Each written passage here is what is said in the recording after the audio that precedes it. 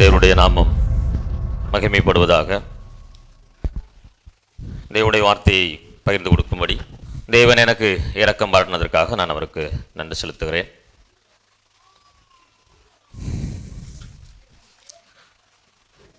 செய்தி கேட்பதற்கு முன்பாக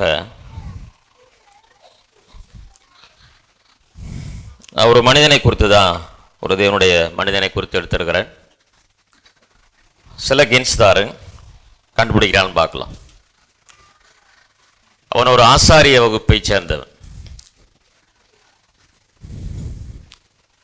ஆசாரிய வகுப்பிலே பிறந்த ஒரு மனிதன். அவன் யூதாவிலே அந்த பாடத்தை படிக்கவில்லை. நியாயப்பிரமாணத்தை யூத தேசத்திலே அவன் கற்றுக்கொள்ளவில்லை.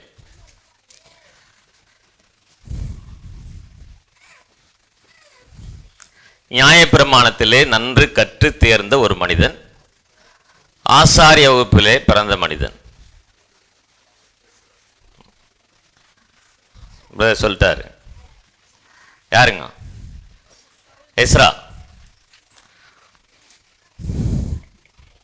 இன்றைக்கு உங்களோடு கூட நான் பேச வேண்டிய தலைப்பு உத்தம வேத பாரகனாகிய எஸ்ரா.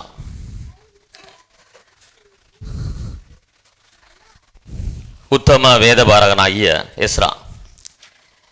இந்த தலைப்பை, இந்த பேரை ஒரு மனிதன் தான் எஸ்ராவை கூப்பிடுவார்.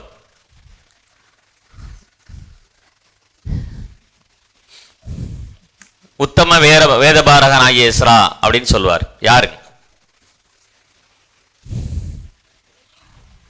நெகேமியாவா?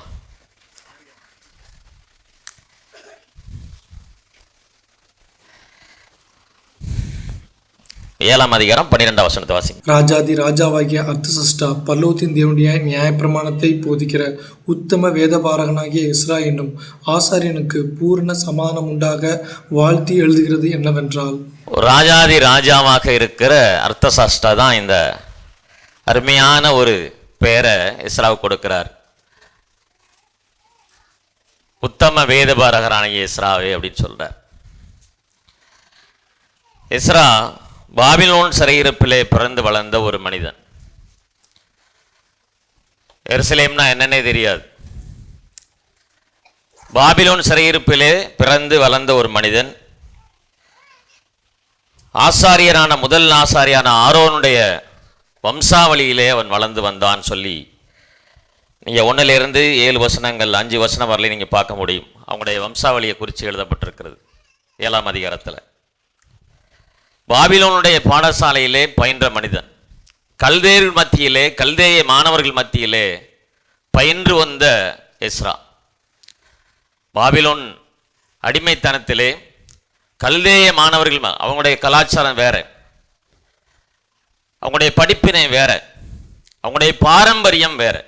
பாபிலோனில் கல்தேய மக்களுடைய பாரம்பரியம் வேறு, கலாச்சாரம் வேறு.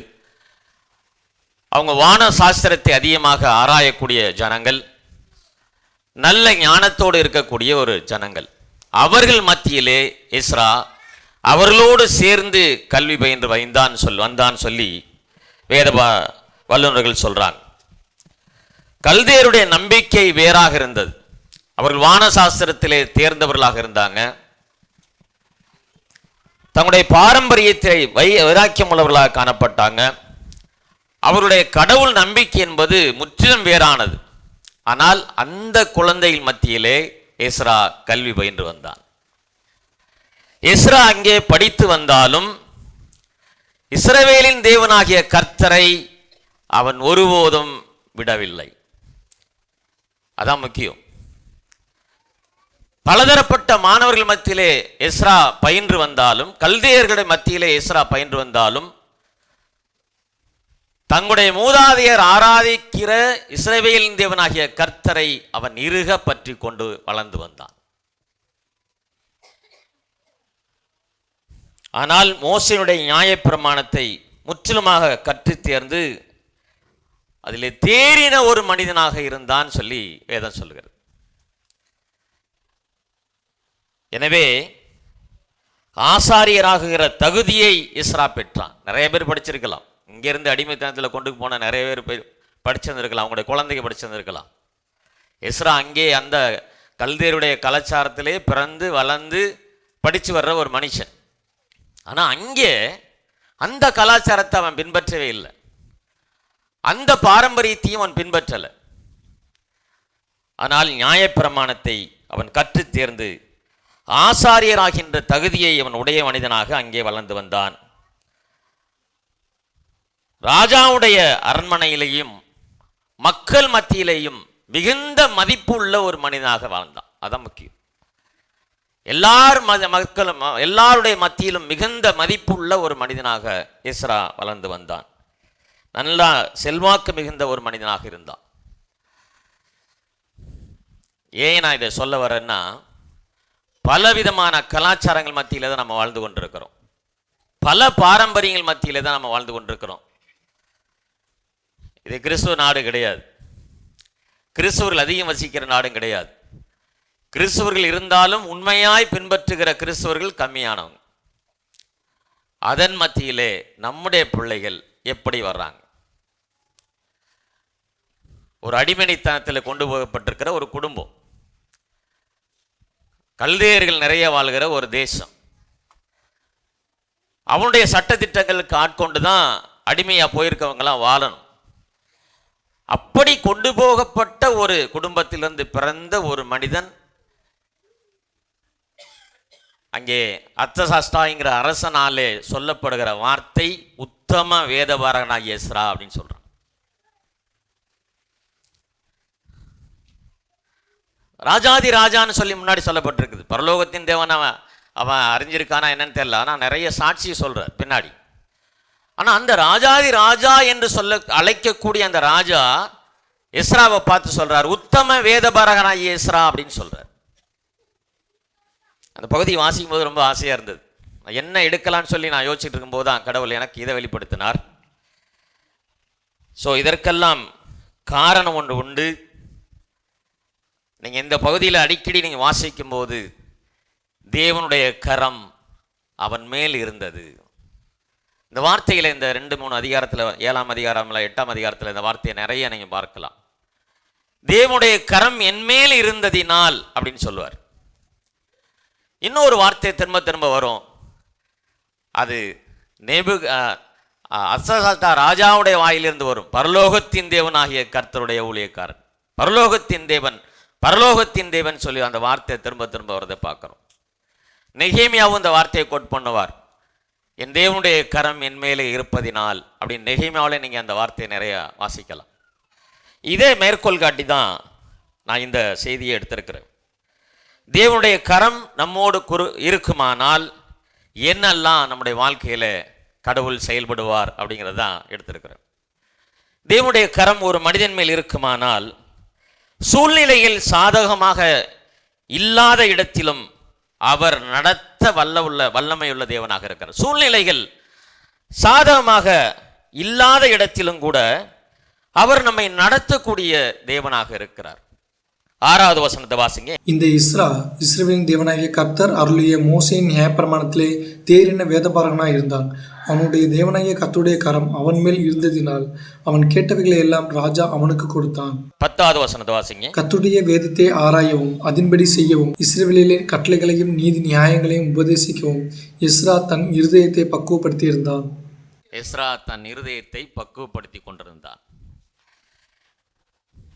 சிறைப்பட்டு போன இடத்திலே பிறந்து வளர்ந்த ஒரு மனிதன் தன்னுடைய பெற்றோர்கள் ஆராதித்து வந்த இந்த தெய்வத்தை இறுக பிடித்து கொண்டு வளர்ந்து வருகிறான்.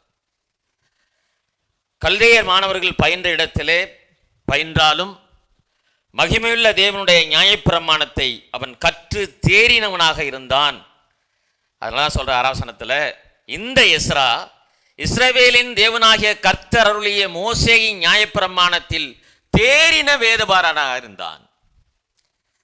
கடவுள் நம்மளுக்கு வேதத்தை கொடுத்திருக்கிறார். மகிமையான வாக்குத்தத்தங்களையும் சத்தியத்தை நம்மளுக்கு கரத்தில் எழுதி கொடுத்திருக்கார். அன்றைக்கு அது கிடையாது. அவங்கெல்லாம் பிரதி எடுத்து தான் ஒன்று ஒன்றா செய்யணும். அந்த சூழ்நிலை தான் இருந்தது. நியாயப்பிரமாணம் அவங்களோட கையில் இருந்தது. எல்லார் கரத்திலையும் வேதம் இல்லை.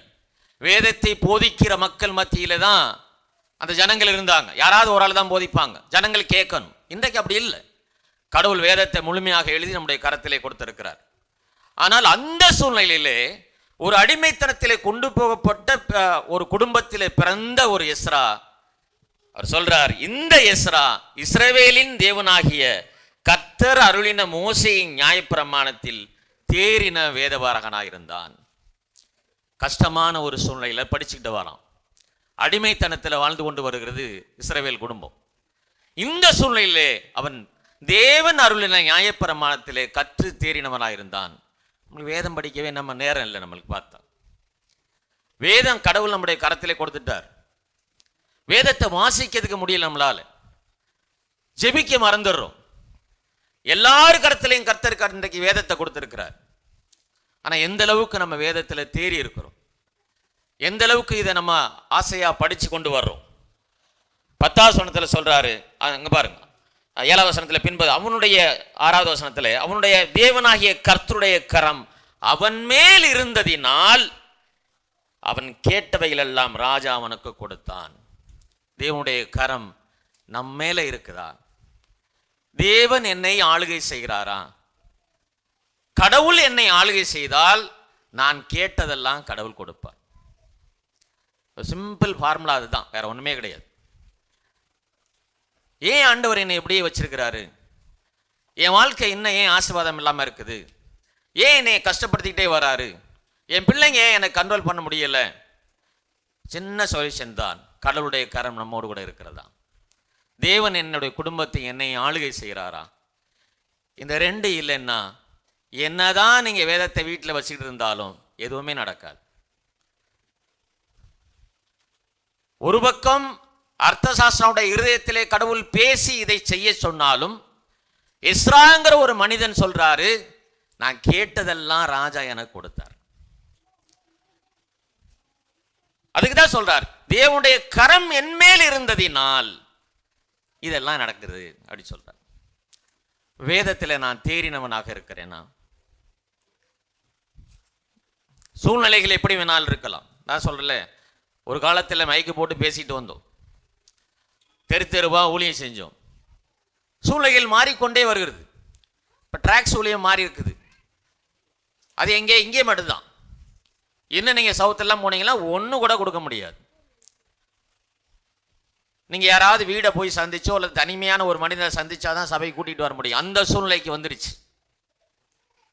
சூழ்நிலைகள் எப்படி வேணாலும் இருக்கலாம். அந்த சூழ்நிலைக்கு மத்தியிலே நானும் என்னுடைய குடும்பம் எப்படி வளர்ந்து வருகிறது. கல்தே மாணவர்களோடு சேர்ந்து பயின்று வந்த ஒரு மாணவன் அந்த கலாச்சாரத்தை பயின்று கொள்ளல, அந்த பாரம்பரியத்தை பின்பற்றல, கல்தேருடைய வானசாஸ்திரங்களையும் ஞானத்தையும் அறிவையும் பெற்றுக்கொள்ளல. தேவன் அருள நியாயப்பிரமாணத்திலே தேறின ஒரு மனிதனாக எஸ்ரா வாழ்ந்து வந்தான். எப்படி சாத்தியம் பாருங்க. ஏன் வேதம் படிக்கல, எதுக்கு அது ஜெபம் இல்லை, நம்ம கேட்டுக்கிட்டே இருக்கிறோம். ஆனா எஸ்ரா எங்கேயோ இருக்கிற ஒரு கடவுள் அவன் பார்த்ததில்லை. எருசலேமை அவன் கண்டதில்லை. எருசலேம் தேவாலயத்தை பார்த்ததில்லை. எல்லாம் இடிச்சு தீக்கிரையாகி போயிடுச்சு. ஆனா பெற்றோர்கள் எங்கேயோ அடிமைத்தனத்தில் வந்து சொல்றாங்கப்பா, நம்முடைய தேவன், நம்முடைய கடவுள் அங்கே இருக்கிறார், நம்ம ஆராதித்த இடம் அங்கே, நம்ம வந்திருக்கிற இடம் இங்கே, நம்ம அடிமையில் வந்திருக்கிறோம். கடவுள் நம்மளுக்கு வேதத்தை கொடுத்திருக்கிறார், நியாயப்பிரமாணத்தை கொடுத்திருக்கார், அதை பின்பற்றணும். இது எப்படி சாத்தியம் பாருங்களேன். அவ்வளவு கஷ்டமான ஒரு சூழ்நிலையிலும் கூட வேதபாரகனாக எஸ்ரா வேதத்திலே தேறின மனிதனாக வளர்ந்து வர்றார். நம்மளுக்கு எல்லா சுயாதீனமும் கொடுக்கப்பட்டிருக்குது. எல்லார் கையிலையும் வேதம் இருக்குது. நம்ம எப்படி நம்முடைய பிள்ளைகளை, பிள்ளைகளை அடுத்தது இருக்கட்டும்.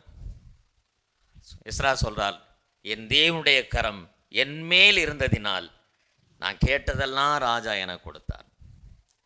ராஜாதி ராஜாவுடைய பிள்ளைகளாக இருக்கிறோம். நம்முடைய ராஜா நம்மளுக்கு கொடுக்கிறாரான்னு பாருங்க. நான் கேட்டதெல்லாம் எனக்கு அருள்றான்னு பாருங்க. 10வது வசனத்தை சொல்றார், கர்த்தருடைய வேதத்தை ஆராயவும் அதன்படி செய்யவும். ஒன்று ஆராய்ச்சி, அதற்கு கீழ்ப்படிதல். இந்த ரெண்டு வேலையை எஸ்ரா செய்கிறார். 3வது, இஸ்ரவேலுடைய கட்டளைகளையும் நீதி நியாயங்களையும் உபதேசிக்கவும் எஸ்ரா தன் இருதயத்தை பக்குவப்படுத்தி இருந்தான். இது எப்படி இருக்கு பாருங்களேன். என் இருதயம் பக்குவப்படலைன்னா நான் எந்த வேலையுமே கடவுளுக்கு செய்யவே முடியாது. வேதத்தை வாசிக்கவும் அதன்படி செய்யவும், வாசிக்கிறோம் அதன்படி செய்கிறோமானா இல்லை, அதற்கு கீழ்ப்படுகிறோம்னா கிடையாது. எஸ்ரா எப்படி இருக்கிறார் பாருங்க. ஒரு அந்நிய தேசத்தில் வளர்ந்து வருகிற ஒரு மகன் வேதத்தை வாசிக்கிறாரு. வேதம் இல்லாத ஒரு சூழ்நிலையில், நியாயப்பிரமாணம் இருக்கிறதுல அதை வாசிக்கிறாரு, அதன்படி செய்கிறாரு. அடுத்து பார்க்குறோம், இஸ்ரவேலிலே கட்டளைகளையும் நீதி நியாயங்களையும் உபதேசிக்கக்கூடிய அந்த ஒரு வல்லமையை கடவுள் அவளுக்கு கொடுக்கிறாரு. எஸ்ரா தன் இருதயத்தை அதற்காக பக்குவப்படுத்தி வளர்ந்தார். என் இருதயம் சரியில்லைன்னா நான் எதுவுமே செய்ய முடியாது. கடவுளுக்கு நேராக என்னுடைய இருதயத்தை ஒப்பு கொடுத்து தேவனுடைய வார்த்தையை நான் தியானிக்கலைன்னா கடவுளோடு பேச மாட்டார். என் இருதயத்தை நான் பக்குவப்படுத்தி வாழணும். ஏன்? என் இருதயத்துக்குள்ளே பரிசுத்த ஆவியான கடவுள் வாழ்கிறார். இப்போ நம்ம செய்தியில் ஒன்று வாய்ச்சோம், எபிரேயரில் அது கொடுக்கும்போது பாருங்க, உங்களுடைய என்ன மனசாட்சின்னு எழுதப்பட்டிருக்கிறது. என்ன மனசாட்சி? துர்மனசாட்சி. துர்னா என்னன்னு தெரியுங்களா? துருபதேசம், துர்மனசாட்சி அப்படின்னா என்ன அர்த்தம்? மோசமான சூழ்நிலை இருந்த என்னுடைய இருதயம். அவன் ஆராதிச்சான், அவன் பலி செலுத்தினான், அவன் சாம்பலை தெளிச்சான், அவன் ரத்தத்தை செலுத்தான். அது எதை செய்தது? அவனுடைய மேலான சுத்திகரிப்பை உண்டாக்குனது, சரீர சுத்திகரிப்பு தான் உண்டாக்குனது. ஆனால் கிறிஸ்துவுடைய ரத்தம் உங்களுடைய துர்மனசாட்சியை, உங்களுடைய ஆத்துமாவை, செத்துப்போன இருதயத்தை அது பரிசுத்தப்படுத்தினது. உங்களுடைய ஆத்துமாவை அது பரிசுத்தப்படுத்தினது. பழைய ஏற்பாட்டிலே செய்த அத்தனையுமே சரீர சுத்திகரிப்பு, உள்ளே ஒண்ணுமே நடக்கல. ஆனால் கிறிஸ்து உங்களுக்காக எனக்காகவும் சிலுவையிலே மரித்ததினாலே என்னுடைய துர்மனசாட்சி, என்னுடைய ஆத்மாவை அவர் சுத்திகரித்து உயிர்ப்பித்திருக்கிறார். நான் உயிர் பெற்றிருக்கிறேன், நான் புதிய மனுஷன், எனக்குள்ளே அவர் வந்து வாசம் பண்ணுகிறார். பழைய ஏற்பாட்டில் அது கிடையாது. அவங்க பார்த்தாங்க, மகிமையின் கடவுளை கண்டாங்க, அவ்வளவுதான். ஆனால் இன்றைக்கு உங்களுக்கும் என கொடுக்கப்பட்டிருக்க விசேஷித்த கிருபை, அவர் எனக்குள்ளே வாசம் பண்ணுவது. என் இருதயத்தை அவர் பக்குவப்படுத்துறாரா? என்னுடைய இருதயம் வேதத்துக்கு நேராக திரும்புகிறதா? அந்த வேதத்தை வாசிப்பதற்கு, அதற்கு கீழ்ப்படிவதற்கு, அதன்படி செய்வதற்கு நான் பக்குவப்பட்டிருக்கிறேனா? இல்லைன்னா நான் ரட்சிக்கப்பட்டிருக்கிறதுல கேள்விக்குறி இருக்குது. அது உங்கள்கிட்ட விடுறாது. நான் ரட்சிக்கப்பட்டிருக்கேனா இல்லையா அப்படிங்கிறதுக்கான கேள்வி இதுதான். இதை நான் ஒழுங்கா செய்யலைன்னு சொன்னா என்னுடைய ரட்சிப்புல கோளாறு இருக்குன்னு அர்த்தம். நான் எங்கேயோ கோட்டை விட்டுக்கிட்டு இருக்கேன்னு அர்த்தம். நியாயப்பிரமாணத்திலே தேறின ஒரு மனுஷன், கர்த்தருடைய கரம் அவனோடு கூட இருக்கிறது, அவன் கேட்டவைகள் எல்லாம் அவனுக்கு கொடுக்கப்பட்டது, வேதத்தை ஆராய்ந்து படிக்கிற மனிதனாக இருக்கிறான், அதன்படி செய்கிற ஒரு மனிதனாக இருக்கிறான், நீதி நியாயங்களை மற்றவர்களுக்கு உபதேசிக்கிற ஒரு மனிதனாக இருக்கிறான், தன் இருதயத்தை பக்குவப்படுத்தி எஸ்ரா வாழ்ந்தார். இவ்வளவு காரியங்களும் ஒரு எஸ்ராவுக்குள்ள இருக்குது. ஏன்? கடவுளுடைய கரம் அவனோடு இருப்பதனால. தேவன் நம்மோடு கூட இருப்பாரானால், அவருடைய கரம் என்னை ஆளுகை செய்யுமானால், இதெல்லாம் என் வாழ்க்கையில் நடக்கும். இல்லைன்னா நான் ரட்சிக்கப்பட்டிருக்கிறதா சொல்றேன்ல, கேள்விக்குறி இருக்குன்னு அர்த்தம். தேவனுடைய சமூகத்தில் கேளுங்க, என்ன ஆண்டவரே, நான் இன்னும் கீழ்ப்படியாமல் இருக்கிறேன், என் இருதயம் இன்னும் பக்குவப்படாமல் இருக்குதே, என் இருதயத்தை இன்னும் உன்னுடைய சமூகத்தில் ஒப்பு கொடுக்காமல் இருக்கிறேன்னு சொல்லி கேட்க வேண்டியது முக்கியம். ஸோ வேதம்தான் உன்னுடைய வாழ்க்கையை முழுவதுமாக சீர்படுத்தினதை மறந்துடக்கூடாது. எஸ்ரா எத்தனையோ பேர் படிச்சிருக்கலாம், ஆனால் அங்கிருந்து வந்த ஒரே ஒரு மனிதன்தான் ஆசாரியனாக அத்தனை பொறுப்புகளையும் சுமந்து கொண்டு வந்தான். அத்தனை பொறுப்புகளை சுமந்து கொண்டு வந்தான். நம்ம பின்னாடி அதை பார்க்க போறோம். எபேசியர் 4ஆம் அதிகாரம் 14-15 வாசிங்க. நாம் இனி குழந்தைகளாய் இராமல் மனுஷருடைய சூதும் வஞ்சிக்கிறதற்கு ஏதுவான தந்திரமும் உள்ள போதகமாகிய பலவித காற்றினாலே அலைகளைப் போல அடிபட்டு அலைகிறவர்களாய் இராமல் அன்புடன் சத்தியத்தை கைக்கொண்டு தலையாகிய கிறிஸ்துவுக்குள் எல்லாவற்றிலையும் நாம் வளர்கிறவர்களாய் இருக்கும்படியாக அப்படி செய்தார். எல்லாம் முடிச்சு வச்சிருக்கிற கடவுள் அப்படி செய்தார் அப்படின்னு பாசன்ஸில் இருக்குது. நீ சத்தியத்திலே கை கொண்டு வளர்களாக இருக்கும்படி அப்படி செய்தார். அவர் எல்லாவற்றையும் செய்திருக்கிறார். ஆனால் நாம தான் அதுக்கு முழுமையாக கீழ்ப்படியலை. நம்முடைய இருதயத்தை பக்குவப்படுத்தி இன்னும் வளராமல் இருக்கிறோம். 1 பேதுரு 2 அதிகாரம் 3 வசனத்தை வாசிங்க. 1 பேதுரு 2 அதிகாரம் 3 வசனம். நீங்கள் வளரும்படி புதிதாய் பிறந்த குழந்தைகளைப் போல திருவசனமாகிய களங்கமில்லாத ஞானப்பாலின் மேல் வாஞ்சியாயிருங்கள். வாஞ்சியா இருக்கணும். தேவனுடைய சமூகத்திலே தேவனுடைய வேதத்தை வாசிப்பதற்கு, ஜெபிப்பதற்கு, பேசுவதற்கு வாஞ்சை இல்லைன்னு சொன்னால், என் இருதயத்தை நான் பக்குவப்படுத்த இல்லைன்னு சொன்னால் என் வாழ்க்கையில் எதுவுமே நடக்காது. ஏதோ உலகம் போகிற பாதையில் நானும் நடந்துக்கிட்டு போய்கிட்டே இருப்போம். எபிரேயர் 5 அதிகாரம் 12-13 வாசிங்க. எபிரேயர் 5 அதிகாரம் 12 வசனம் 13 வசனம். காலத்தை பார்த்தால் போதகராய் இருக்க வேண்டிய உங்களுக்கு தேவனுடைய வாக்கியங்களின் மூல உபதேசங்களை மறுபடியும் உபதேசிக்க வேண்டியதாய் இருக்கிறது. நீங்கள் பலமான ஆகாரத்தை அல்ல, பாலை உண்ணத்தக்கவர்கள் ஆனீர்கள். பால் உண்கிறவன் குழந்தையாய் இருக்கிறபடினாலே நீதியின் வசனத்தில் பழக்கமில்லாதவனாய் இருக்கிறான். பழக்கமில்லாதவன் நம்மளுக்கு தான் சொல்லுது வேதம். காலத்தை பார்த்தால் இன்னொரு நீ போதகர் ஆயிருக்க வேண்டியவன். ரட்சிக்கப்பட்டு 15 வருஷம் 20 வருஷம் 25 வருஷம் ஆயிடுச்சு. ஆனால் நம்ம இன்னும் குழந்தையாகவே பாலை உண்ணு கொண்டு இருக்கிறோம். ஸோ கடவுள் நம்மளோட பேசணும். சங்கீதம் 19 7வது வசனம் 8வது வசனம் பார்க்குறோம். கர்த்தருடைய வேதம் குறைவற்றது, அவர் ஆத்மாவை உயிர்ப்பிக்கக்கூடியது. கர்த்தருடைய சாட்சி சத்தியமும் பேதையை ஞானியாக்குகிறதுமா இருக்கிறது. ஒருவேளை எனக்கு பயமாக இருக்குது, பேச பயமாக இருக்குது, ஆண்டுடைய வார்த்தையை எடுத்து சொல்வதற்கு பயமாக இருக்குன்னு சொன்னால் தேவனுடைய சமூகத்தில் கேளுங்க. அது குறைவற்றது, அது உங்களை ஞானியாக்கக்கூடியது, உங்களுக்கு அறிவை தரக்கூடியது, உங்களுடைய கண்களை தெளிவாக்கக்கூடியது. 8வது வசனத்தை வாசிங்க. கர்த்தருடைய நியாயங்கள் செம்மையும் இருதயத்தை சந்தோஷிப்பிக்கிறதுமாய் இருக்கிறது. கர்த்தருடைய கற்பனை தூய்மையும் கண்களை தெளிவிக்கிறதுமாய் இருக்கிறது. உங்களுடைய கண்களை தெளிவிக்கக்கூடியது. வேதத்தை வாசிக்க வாசிக்க வாசிக்க உங்களுடைய அறிவு பெருகும்.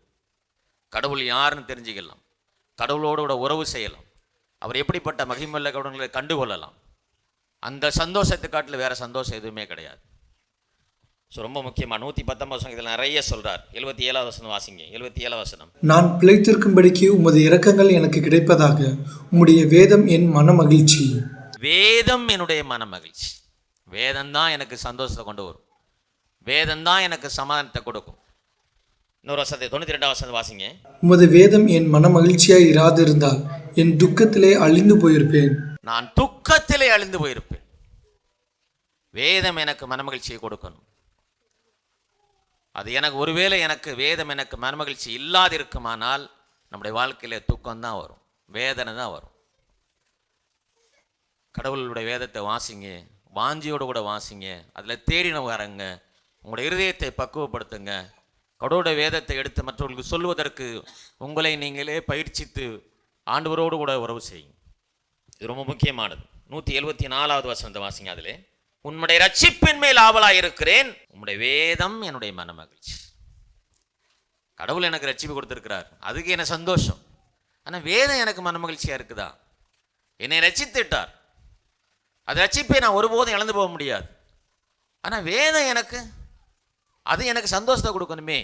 அதை நான் வாசிக்காமல், அதோடு கூட நான் உறவு கொள்ளாமல், அதை தினந்தோறும் படித்து அதுக்கு கீழ்ப்படிஞ்சு வாழாமல் இருந்தேன்னா அது எப்படி எனக்கு சந்தோஷத்தை கொண்டு வரும்?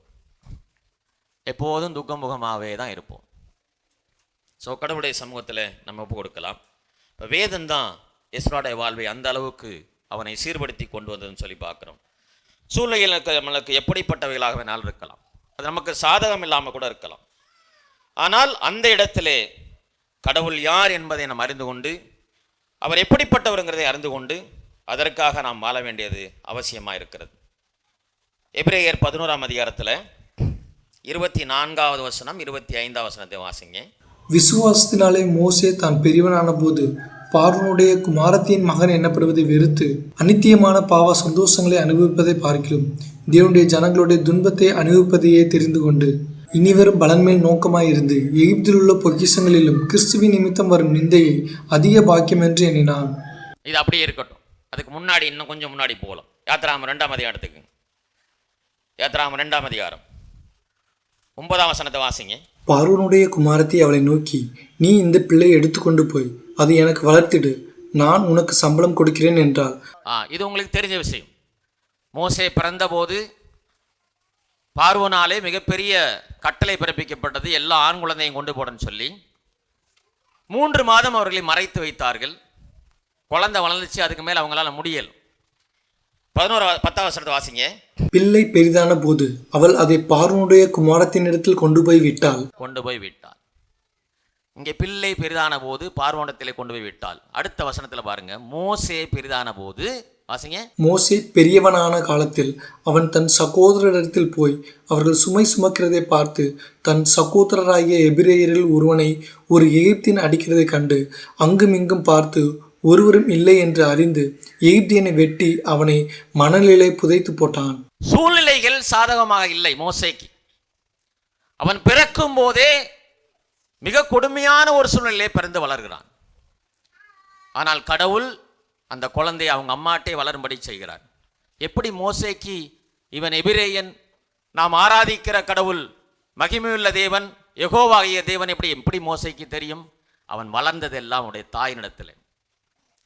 அவங்க தாய் தான் கற்றுக் கொடுக்குறாங்க.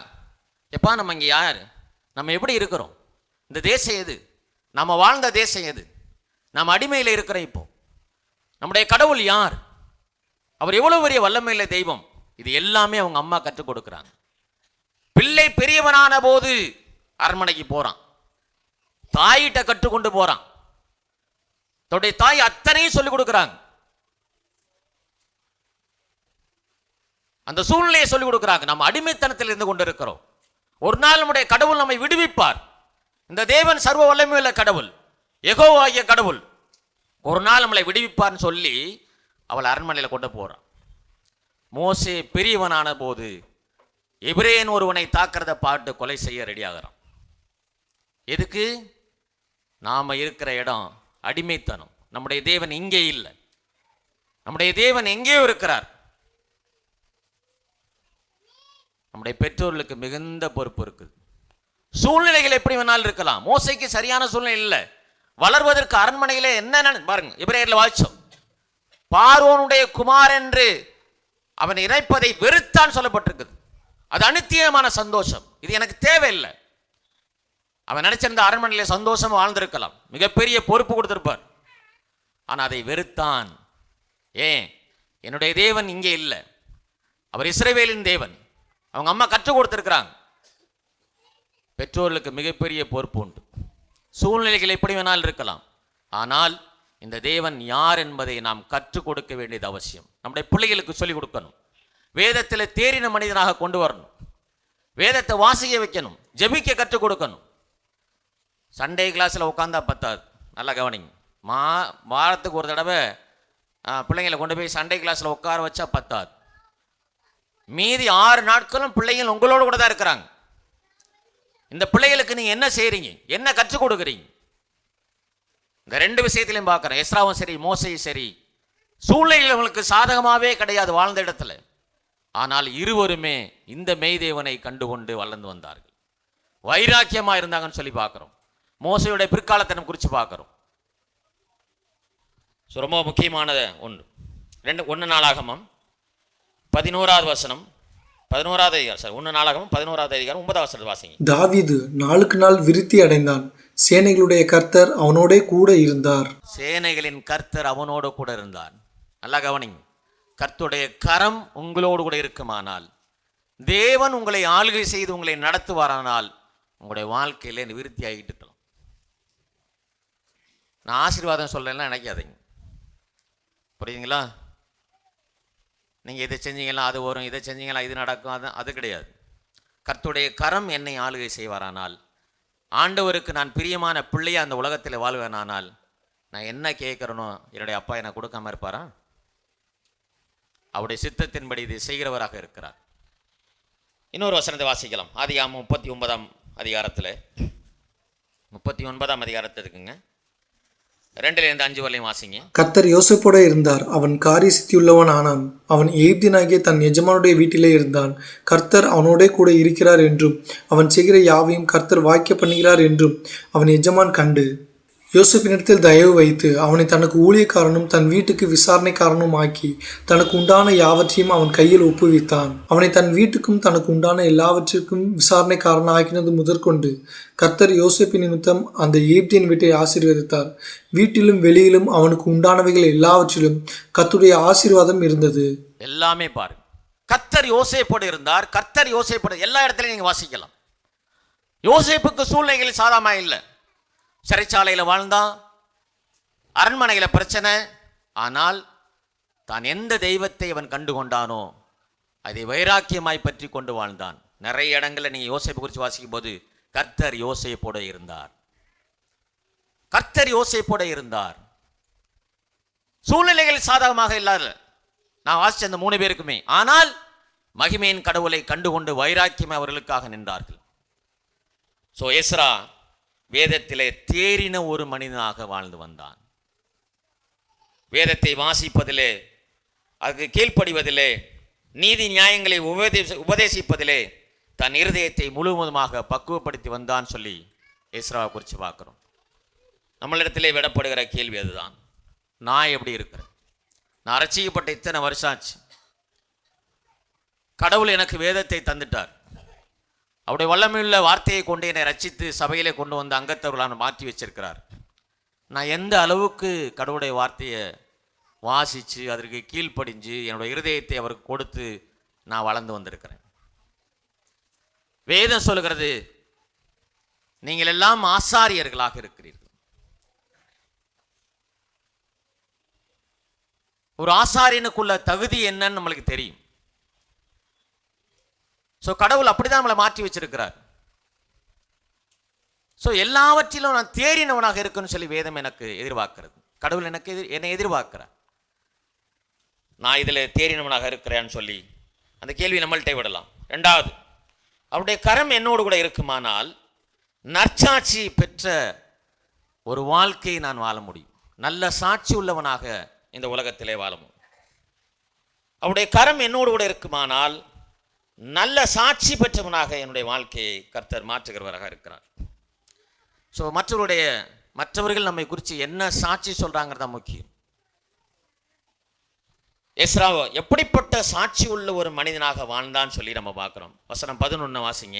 கர்த்தருடைய கற்பனைகளின் வார்த்தைகளிலும் அவர் இஸ்ரவேலுக்கு கொடுத்த கட்டளைகளிலும் படித்து தேறின வேதபாரகனாகிய எஸ்ரா என்னும் ஆசாரியனுக்கு ராஜாவாகிய அர்த்தசஷ்டா கொடுத்த சன்னதின் நகலாவது, ராஜாதி ராஜாவாகிய அர்த்தசஷ்டா பரலோகத்தின் தேவனுடைய நியாயப்பிரமாணத்தை போதிக்கிற உத்தம வேத பாரகனாகிய எஸ்ரா என்னும் ஆசாரியனுக்கு பூர்ண சமானம் உண்டாக வாழ்த்தி எழுதுகிறது என்னவென்றால் என்று வாழ்த்தி எழுதுகிறார். ஒரு ராஜா எழுதுகிறார். ஒரு அடிமைத்தனத்தில் தான் எஸ்ரா இருந்து கொண்டிருக்கிறார். அடிமையாக கொண்டு போகப்பட்ட ஒரு மனிதன் எஸ்ரா, அவ்வளவுதான். அந்த கோத்திரத்திலே பிளந்து வாழ்ந்திருக்கிறோம். ஆனால் அந்த தேசத்தை ஆளுகிற ராஜா அர்த்தசாஸ்திரா எழுதுகிறார், உத்தம வேதபாரகனாகிய எஸ்ராவே அப்படின்னு சொல்றார். என்னுடைய சாட்சி எப்படி இருக்கிறது தான் முக்கியம். சாட்சி நல்லா இருந்தால் தான் இந்த பூமியில் நான் எல்லாவற்றையும் சரியாக செய்ய முடியும். ரொம்ப முக்கியமானது தான். எஸ்ரா ஜனங்களுக்கு முன்பாக சாட்சி உள்ளவனாக இருந்தான். ராஜாவுக்கு முன்பாகவும் சாட்சி உள்ளவனாக இருந்தான். ஏன்னா நிறைய ஆசாரிகள் இருந்திருப்பாங்க. ஆனால் அர்த்தசாஸ்திரா காட்டுறது எஸ்ராவை மட்டும்தான். அவர் சொல்றார், ஒரு வசனத்தை வாசிங்க, 16 வசனத்தை வாசிங்க. பாபிலோன் சீமை எங்கும் உனக்கு கிடைக்கும் எல்லா வெள்ளியையும் பொன்னையும் உன்னுடைய ஜனமும் ஆசாரியரும் எருசலேமில் உள்ள தங்கள் தேவனுடைய ஆலயத்துக்கென்று மன உற்சாகமாய் கொடுக்கும் காணிக்கைகளையும் நீ கொண்டு போகவும் நீ ராஜாவினாலும் அவருடைய 7 மந்திரிமாராலும் அனுப்பப்படுகிறாய். எவ்வளவு நம்பிக்கை உள்ளவனாக எஸ்ரா இருப்பானால் இந்த பொறுப்பை ஒரு ராஜாவன்ட்ட கொடுப்பார்.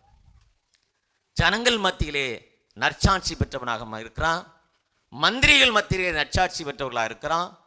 ஒரு ராஜாவுடைய வாயிலிருந்து வருகிறது உத்தம வேதபாரகனாகிய எஸ்ரா. அவனிடத்திலிருந்து கொடுத்தா எல்லாவற்றையும் சரியாக செஞ்சிருவோம். எவ்வளவு பெரிய சாட்சி. பரலோகத்தின் தேவனுடைய ஊழியக்காரன் சொல்வார். பரலோகத்தின் தேவனுடைய ஊழியக்காரன் ஆகிய எஸ்ரான்னு கூப்பிடுவார் இடத்துல. எவ்வளவு பெரிய சாட்சி அது. நம்மளை சொல்றாங்களா இவங்கெல்லாம் பரலோகத்தினுடைய பிள்ளைகள்னு சொல்லி? சாட்சி ரொம்ப முக்கியம்.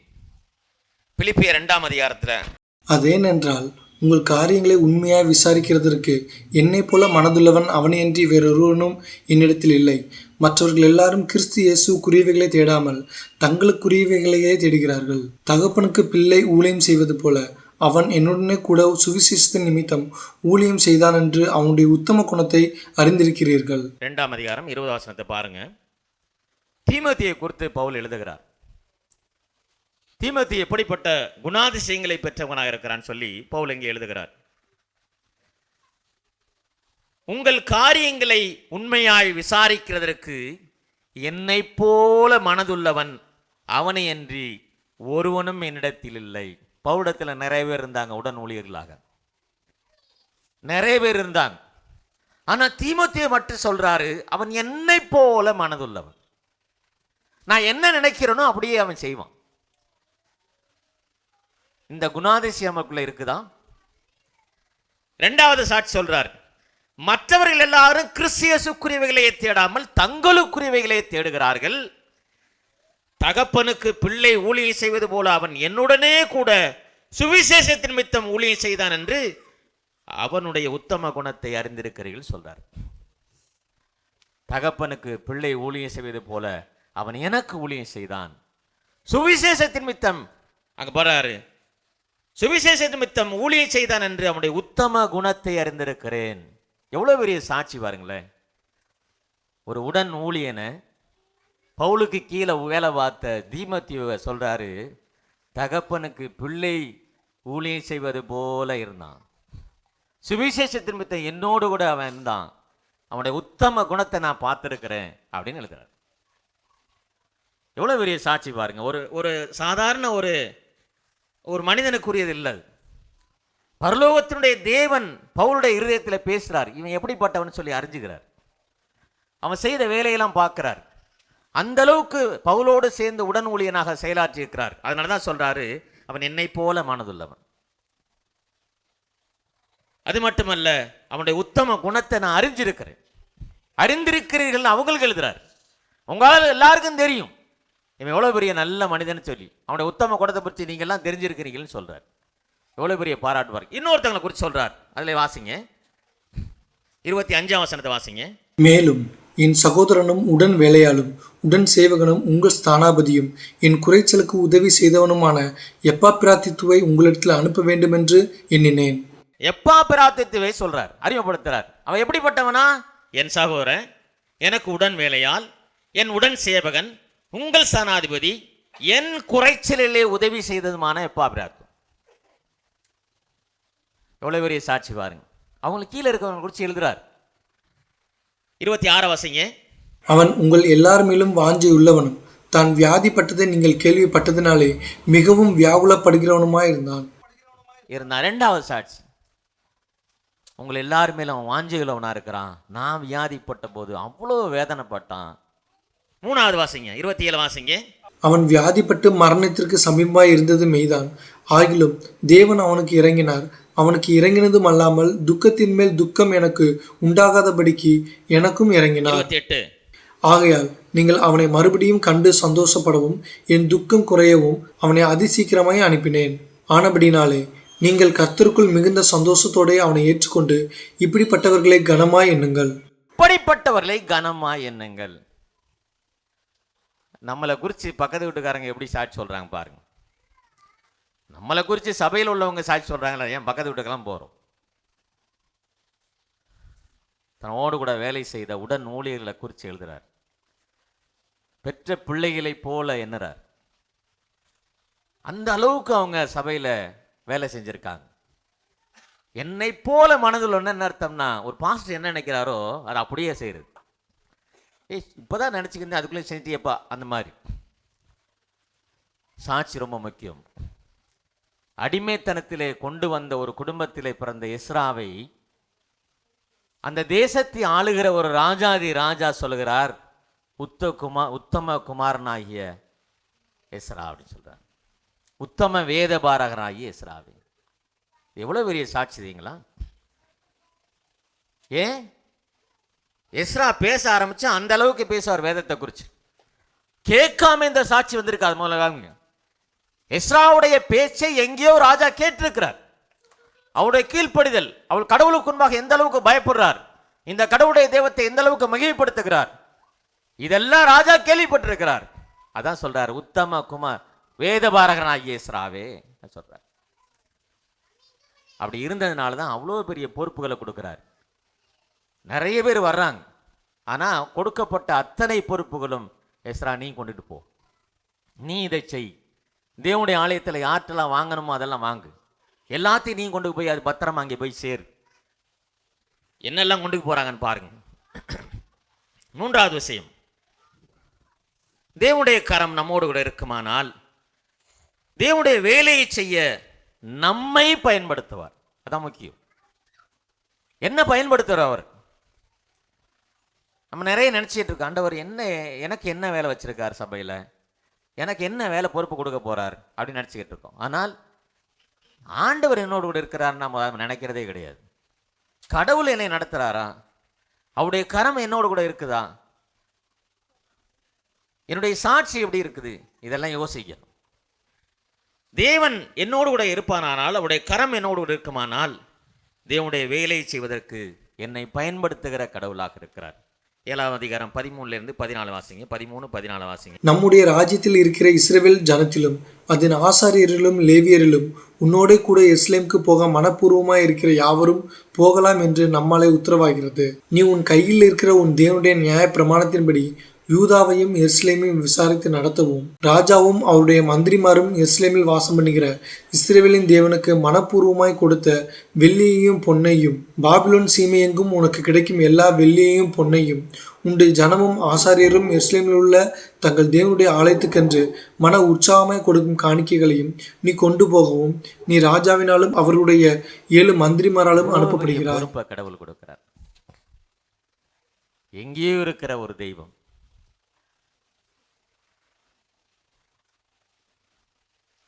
காரணம் எஸ்ராவின் மீது தேவனுடைய கரம் இருந்தது. ஒரு ராஜா அவனிடத்தில் சொல்கிறார், எல்லா விதமான காணிக்கைகளை நீ வாங்குன்னு சொல்றார். உன்னோடு கூட யாரெல்லாம் கூட்டி போன்னு சொல்லி டிசைட் பண்ணி கொடுக்கிறார். அது மட்டுமல்ல, நீங்க அடுத்த வசனத்தை வாசிங்க. பலி செலுத்துவதற்கான அத்தனை வேலையை நீ கொண்டுட்டு போங்கிறாரு. 17ஆம் வசனத்தை வாசிங்க. ஆகையால் அந்த திரவியத்தினால் நீ தாமதமின்றி காளைகளையும் ஆட்டுக்கடாக்களையும் ஆட்டுக்குட்டிகளையும் அவைகளுக்கு அடுத்த போஜன பலிகளையும் பான பலிகளையும் வாங்கி அவைகளை எருசலேமில் உள்ள உங்கள் தேவனுடைய ஆலயத்து பலிபீடத்தின் மேல் செலுத்துவாயாக. யார் இதை சொல்றா? ஒரு ராஜா சொல்றார், புரதேசத்து ராஜா சொல்றார், அர்த்ததாசா சொல்றார், உன் தேவனுடைய ஆலயத்திற்கு நீ பலி செலுத்துவதற்கு இதெல்லாம் நீ ரெடி பண்ணிக்க. அப்ப எந்த அளவுக்கு இந்த கடவுள் மேல நம்பிக்கை வச்சிருக்காரு பாருங்க. வேலை, கடவுளுடைய வேலையை செய்வதற்கு கடவுள் நம்மோடு கூட இருக்கணும். வேலை தேடி தானா வரும். அவருடைய கரம் நம்மோடு கூட இருக்குமானால் தெய்வம் நம்மை கொண்டு என்ன செய்ய சித்தம் கொண்டிருக்கிறாரோ அந்த வேலையை நம்மள்கிட்ட கொடுப்பார், அந்த பொறுப்பை நம்மள்கிட்ட கொடுப்பார். அது என்னோடு கூட இருக்கிறதான்னு பாருங்க. கடவுள் என்னை ஆளுகை செய்கிறாரா, எனக்கு ஏன் இது தரல அது தரல, அது வேற. தேவனுடைய வார்த்தையின்படி என்னுடைய வாழ்க்கை அமைதா, ஆண்டவருக்கு உண்மையாக கீழ்ப்படிஞ்சு வாழ்றேன்னா, உடைய கரம் என்னோடு கூட இருக்கிறதா, இதெல்லாம் நம்ம கேட்க வேண்டியது அவசியம். ஸோ இவ்வளவு வேலையை மட்டும் கொடு. 18ஆம் வசனம் வாசிங்க. மீதியான வெள்ளியையும் பொன்னையும் கொண்டு செய்ய வேண்டியது இன்னதென்று உனக்கும் உன் சகோதரருக்கும் நலமாய் தோன்றுகிறபடி அதை உங்கள் தேவனுடைய சித்தத்தின்படியே செய்யுங்கள். அந்த வார்த்தையெல்லாம் பாருங்க, ஒரு ராஜாவுடைய ஆயிலிருந்து வருது பாருங்க. என்னென்ன பலி செலுத்தணும், அதுக்கு என்னென்ன பலி பொருளை நீ கொண்டுட்டு போகணும், கடவுளுடைய சித்தத்தின்படி நீ அதை செய்யணும்னு சொல்ற. இவ்வளவு அழகா எல்லாத்தையும் சொல்லி சொல்ற. 19ஆம் வசனத்தை வாசிங்க. உன் தேவனுடைய ஆலயத்தின் ஆராதனைக்காக உனக்கு கொடுக்கப்பட்ட பனிமுட்டுகளையும் நீ எருசலேமின் தேவனுடைய சந்நிதியில் ஒப்புவிக்க கடவாய். பின்னும் உன் தேவனுடைய ஆலயத்துக்கு அவசியமாக கொடுக்க வேண்டி இருப்பதை நீ ராஜாவின் கஜானாவிலிருந்து வாங்கி கொடுப்பாயாக. பொறுப்பு சாதாரண பொறுப்பு கிடையாது. ஒரு ஆலயத்தை பிரதிஷ்டை வேண்டியது எஸ்ராவுடைய கடமை. அந்த ஆலயத்துடைய ஆசாரிய வேலைக்காக எஸ்ரா இங்கேருந்து போக போகிறார். ஆசாரிய வேலைக்கு போகிற எஸ்ராவிட்ட இவ்வளோ பெரிய பொறுப்புகளை ராஜா கொடுக்கிறார். பரலோகத்தின் கடவுளுக்கு என்னெல்லாம் செய்யணுங்கிறத தொகுத்து கொடுக்கிறார். இவ்வளவையும் எஸ்ரா எடுத்துக்கொண்டு போகிறார். நான் கடவுளுக்கு உண்மையாக இருப்பேனானால், என்னுடைய வாழ்க்கை உண்மையாக இருக்குமானால், தேவனிடத்தில் நான் கேட்க வேண்டிய அவசியம் இல்லை, அவரே செய்வார். அதை அவரே ஒரு பொறுப்பை கொடுப்பார். நீ இதை செய்ப்பா, நீ இதை பண்ணு, நீ இதை செய் அப்படின்னு சொல்லி கொடுப்பார். 27வது வசனம் வாசிங்க. எருசலேமில் உள்ள கர்த்தருடைய ஆலயத்தை அலங்கரிக்க இப்படிப்பட்ட யோசனையை ராஜாவின் இருதயத்தில் அருளி, ராஜாவுக்கும் அவருடைய மந்திரிமார்களுக்கும் ராஜாவின் கைக்குள்ளான பலத்த எல்லா மகாபிரபுகளுக்கும் முன்பாக எனக்கு தயவு கிடைக்க பண்ணின எங்கள் பிதாக்களின் தேவனாய கர்த்தருக்கு ஸ்தோத்திரம். எருசலேமில் உள்ள கர்த்தருடைய ஆலயத்தை அலங்கரிக்க இப்படிப்பட்ட யோசனையை ராஜாவுடைய இருதயத்திலே கடவுள் அருளினார். தேவன் நினைச்சா என்ன வேணாலும் செய்ய முடியும். நம்முடைய கடவுள் நினைத்தால் என்ன வேணாலும் செய்யலாம். இந்த யோசனையை யார் கொடுத்தது? ராஜாவுக்கு தெய்வம் கொடுக்கிறார். யாரிடத்திலே பொறுப்பு கொடுத்தாருன்னு சொல்லி தெய்வம் கொடுக்கிறார். நம்முடைய தெய்வம் எல்லாவற்றையும் அறிந்திருக்கிற தெய்வம். நீங்கள் ஆராதிக்கிற தெய்வம் சாதாரண கடவுள் இல்லை. அது முதல்ல ஞாபகம் வச்சுங்க. கல்லுனாலேயோ மண்ணினாலேயோ செய்யப்பட்ட கடவுள் கிடையாது. அவர் ஜீவன் உள்ளவர். அவர் காண்கிற கடவுள். நம்முடைய கரத்தில் அவ்வளோ பெரிய வேதத்தை எழுதி கொடுத்துருக்கார். நான் ஜீவிக்கிற கடவுள்னு சொல்லியிருக்கார். திரும்ப வருவேன்னு சொல்லிட்டு போயிருக்கார். இந்த உலகத்தில் வாழும்போது இதை உங்களுக்கு கொடுப்பதற்கான காரணம், இதிலே நீங்கள் தேறினவர்களாக இருக்கணும். எஸ்ரா தேறினவராக இருந்தபடினாலே, வேதத்தில் அவன் தேறின ஒரு மனிதனாக இருந்ததுனாலே, உத்தம மனிதனாக இருந்ததுனாலே, நற்சாட்சி பெற்ற மனிதனாக இருந்ததுனால தான் எங்கேயோ இருக்கிற கடவுளுடைய தேவனுடைய ஆலயத்தை பிரதிஷ்டை பண்ணுவதற்கு அத்தனை வேலைகளையும் எஸ்ராவுடைய கரத்திலே கொடுத்து அனுப்புறார். நீ செய் போய். எனக்கு அன்பான தேவனுடைய பிள்ளைகளே, இந்த உலகத்தில் சூழ்நிலைகள் எப்படி வேணாலும் இருக்கலாம். அது நமக்கு சாதகம் இல்லாமல் கூட இருக்கலாம். ஆனால் அந்த சூழ்நிலையிலே நானும் என்னுடைய வீடும் எப்படி கடவுளை பின்பற்றி வளர்ந்து வருகிறது? அதுதான் முக்கியமான கேள்வி. என் பிள்ளைகளுக்கு நான் எப்படி போதிச்சு இந்த பிரமாணத்தை அவங்களுடைய கரத்திலே கொடுத்திருக்கார், நம்மளுடைய கரத்தில் கொடுத்திருக்கிறார். இதை எப்படி நான் பிள்ளைகளுக்கு ஊட்டி வர்றேன்? அதில் அவன் தேறினவனா இருக்கிறேனா? நான் தேறி இருக்கிறேனா? ரெண்டாவது, நான் நற்சாட்சி பெற்றவனாக இந்த உலகத்தில் வாழ்றேனா? மற்றவர்கள் என்னை குறித்து என்ன சாட்சி சொல்றாங்க? எஸ்ராவை சொல்றார், எங்கேயோ இருக்கிற அவர் அந்த ராஜா நினைச்ச என்ன வேணாலும் சொல்லலாம். எஸ்ராவை குறித்த உத்தம வேதபாரகன் சொல்றார். அவனால என்ன பண்ண முடியும் சொல்றார். நீ போய் போதின்னு சொல்றார். நீ நியாயப்பிரமாணத்தை உன்னுடைய ஜனங்களுக்கு போதின்னு சொல்றார். அந்த அளவுக்கு தேறின ஒரு மனிதனாக எஸ்ரா வாழ்ந்து வந்தான். நாம எப்படி இருக்கிறோம்? மூன்றாவது நம்ம பார்க்கும்போது, தேவனுடைய கரம் நம்மோடு இருக்குமானால் தேவனுடைய வேலையை செய்வதற்கு நம்ம எங்கேயும் போகண்டில்லை. யாரும் சொல்ல முடியாது. அதுவே வரும், அதுவே தேடி வரும். அவருடைய கரம் நம்மோடு கூட இருக்கும்போது அது நம்மை தேடி வரும். நாம் வேதத்திலே தேறினவனாக நாம் இருக்க வேண்டியது அவசியம். ஸோ வருகிற நாட்களில் கர்த்தர் நம்மளுக்கு இப்படிப்பட்ட சிந்தைகளை கொடுத்து நம்முடைய குடும்பத்தையும் நம்முடைய பிள்ளைகளையும் வேதத்திலே கற்று தேறின பிள்ளைகளை வளர்வதற்கு கடவுள் நமக்கு உதவி செய்வாராக. எஸ்ராவை போல சாட்சியுள்ள மனிதனாய், வேதத்திலே தேறின ஒரு மனிதனாய், தேவன் நம்மை பயன்படுத்துகிற ஒரு மனிதனாய் வாழ்வதற்கு கர்த்தர் நம்மளுக்கு உதவி செய்வாராக. இதற்கெல்லாம் முக்கிய காரணம் தேவனுடைய கரம் அவன் மீது இருந்தது. அதனாலே அவன் நற்சாட்சி பெற்ற ஒரு மனிதனாக இருந்தான். எனவே அப்படிப்பட்ட ஒரு சிந்தையோடு கூட நாம் இங்கிருந்து கடந்து போகலாம். ஜெபிக்கலாம். எங்களை நேசிக்கிற நல்ல பிதாவே, இந்த வேலைக்காக நன்றியோடு மை துதிக்கிறோம். உத்தம வேதபாரகனாகிய எஸ்ராவை குறித்து நாங்கள் பார்த்தோம். அந்நிய தேசத்திலே பிறந்திருந்தாலும், அங்கே பிறந்து வளர்ந்தாலும் அந்த பாரம்பரியத்தையும் அந்த சடங்காச்சாரத்தையும் அவன் கற்றுக்கொள்ளாதபடிக்கு கர்த்தருடைய நியாயப்பிரமாணத்திலே தேறின ஒரு மனிதனாக வாழ்ந்து வந்ததை நாங்கள் பார்க்கிறோம். உத்தம வேதபாரனாகிய எஸ்ரா என்று சொல்லி மற்றவர்கள் சாட்சி சொல்லக்கூடிய அளவுக்கு அவனுடைய வாழ்க்கை இருந்தது. கர்த்தர் அவனை கொண்டு மிகப்பெரிய பொறுப்புகளை கொடுத்து ஆசாரி ஊழியத்திற்கென்று எடுத்து ஆலயத்தை பிரதிஷ்டைப்படி அனுப்புவதை நாங்கள் பார்க்கிறோம். எங்களுடைய வாழ்க்கையிலே ஆண்டவரே, நீர் முழுமையாக பரிசுத்த ஆவியானவரால் எழுதப்பட்ட வேதத்தை எங்களுக்கு தந்திருக்கிறேன். நாங்கள் இந்த உலகத்தில் ரட்சிக்கப்பட்டிருந்தாலும் ஆண்டவரே, நீர் எங்களோடு கூட இருப்பீரானால், உம்முடைய கரம் எங்களோடு கூட இருக்குமானால் எல்லாவற்றையும் நாங்கள் செய்வதற்கு ஏதுவாக இருக்கும். சாமி, எஸ்ராவை தேவனுடைய கரம் என்னோடு கூட இருக்கிறதுனாலே ராஜா கேட்டவையெல்லாம் எனக்கு தந்தார் என்று சொல்லுகிறார். தேவனுடைய கரம் எங்களோடு இருக்கும்படியாய் நாங்கள் கெஞ்சுகிறோம். பரிசுத்த ஆவியானவரை ஒருபோது நாங்கள் துக்கப்படுத்தாதபடிக்கு அவருக்கு முற்றிலுமாக தலைவணங்கி நீர் கொடுத்துற வேதத்துக்கு ஆண்டவரே நாங்கள் மதிப்பு கொடுத்து வாழ எங்களுக்கு உதவி செய்யும். உம்முடைய வேதம் எங்களுக்கு மனமகிழ்ச்சியாக இராவிட்டால் நாங்கள் துக்கத்திலே அமிழ்ந்து போயிருப்போம் என்று சொல்லி தாவீது சொல்லுகிறார். தேவனே, உம்முடைய வேதமே எங்களுக்கு மனமகிழ்ச்சி.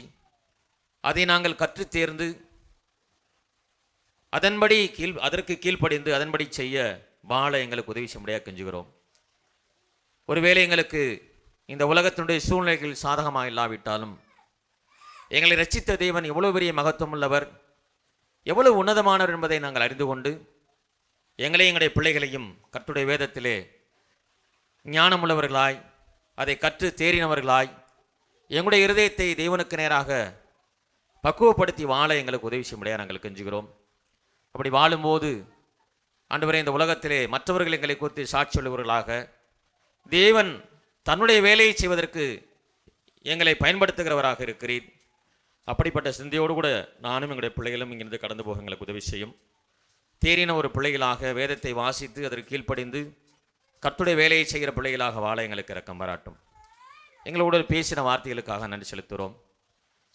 பவுலோடு கூட இருந்த 2 உடன் ஊழியர்களை பவுல் எப்படி சாட்சியோடு கூட அவர்களை வழி அனுப்புகிறாரோ அதே போல நாங்களும் இந்த உலகத்தை விட்டு பிரியும் போது சாட்சியுள்ள பிள்ளைகளாக கடந்து போக எங்களுக்கு இரக்கம் பாராட்டுங்க.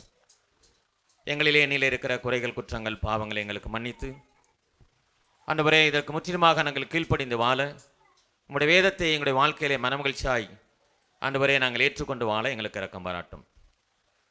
எல்லா துதிக்கும் கனத்துக்கும் மகிமைக்கும் பாத்திராக நீ இருக்கிறபடினாலே உமக்கு ஒருவருக்கே செலுத்தி கர்த்தராகிய இயேசு கிறிஸ்துவின் நாமத்திலே தாழ்மையோடு வேண்டுகிறோம். ஜீவனுள்ள பிதாவே, ஆமென். ஆத்மாவே கர்த்தரை ஸ்தோத்திரி, என் உள்ளமே உடைய பரிசுத்த நாமத்தை ஸ்தோத்திரி. என் ஆத்மாவே கர்த்தரை ஸ்தோத்திரி, கர்த்தர் செய்த சகல மறவாதே. ஆமென்.